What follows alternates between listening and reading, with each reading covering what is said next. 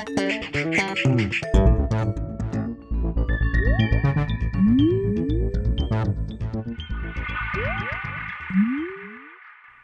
everyone, and welcome to The Vortex, where lies and falsehoods are trapped and exposed.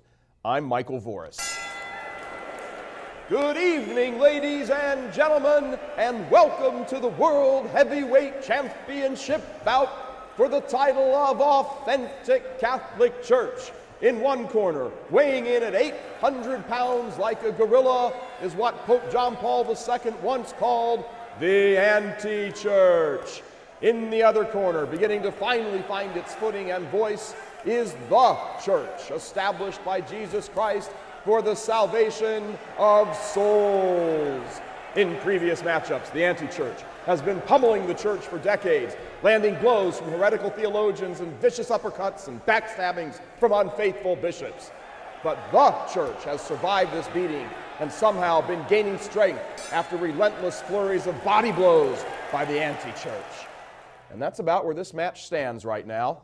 In the past number of years, it's no secret that large numbers of bureaucrats who want to reshape the Catholic Church have assumed significant roles within the institutional framework and advanced their agenda with great success, running roughshod over anyone who even has an air of being traditional.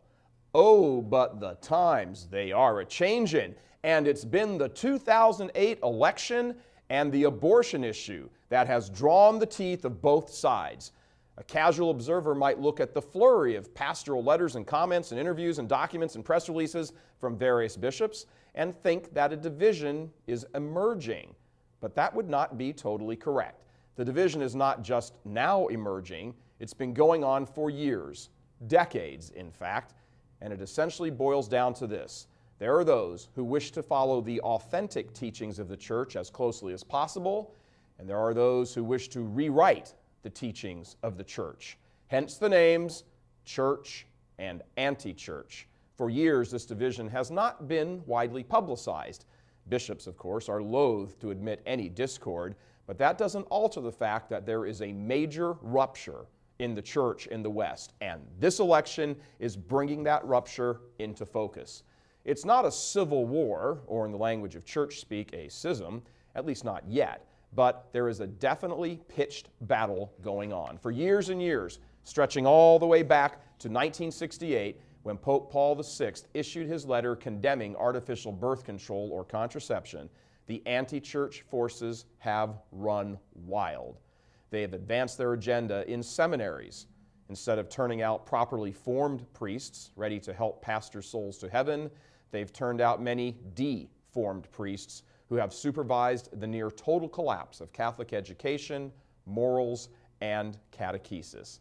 Many authorities in the church quietly, as well as not so quietly, sanction open rebellion and fan the flames of dissent. They cloak their agenda in lofty-sounding phrases like social justice. If someone tells you he or she is a social justice Catholic, watch out. If you start saying your rosary immediately, they'll probably go into convulsions. But as the church forces have become emboldened as of late to reclaim the throne and openly talk about the rebellion, the anti-church forces have become equally as bold. Archbishop Charles Chaput of Denver has lobbed a few rounds into their camp recently and called them out on their disloyalty.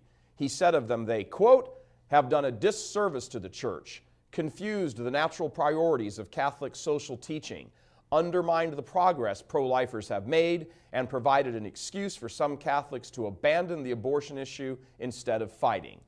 Thems is fightin' words and good for Archbishop Chaput. And what happens when both sides sit down in the same room together? Unable to agree on something as simple as proper Catholic disposition when approaching the ballot box, they produce a document called Faithful Citizenship.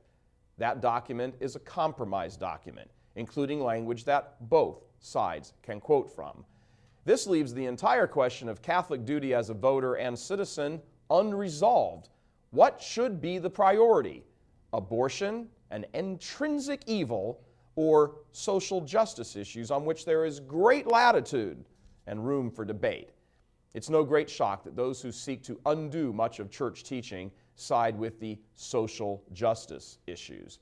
just as it's no great shock that those who wish to see the outward beauty and objective truth of church teaching proclaimed aloud once again are adamant about defending the unborn. The social justice banner has given cover to actively homosexual clergy, heretical theologians, rebellious religious orders, and assorted gangs of laity, all of whom have contributed to such a confusion of faith in the West that tens of millions of Catholics now no longer have anything to do with the faith of their fathers. Well done, AntiChurch. Your master is most pleased.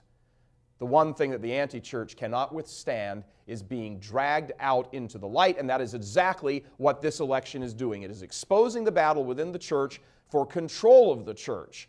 And it all started when Barack Obama decided to actively court the Catholic vote. Old-time, pro-abortion Catholic politicians went on national news programs to distort church teaching.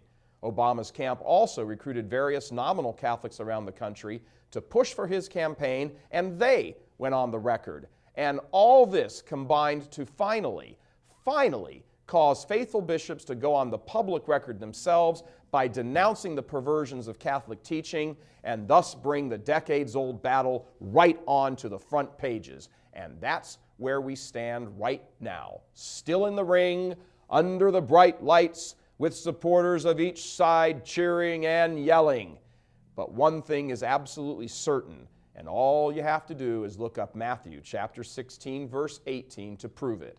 Sooner or later, the church is going to land the knockout blow. I'm Michael Voris.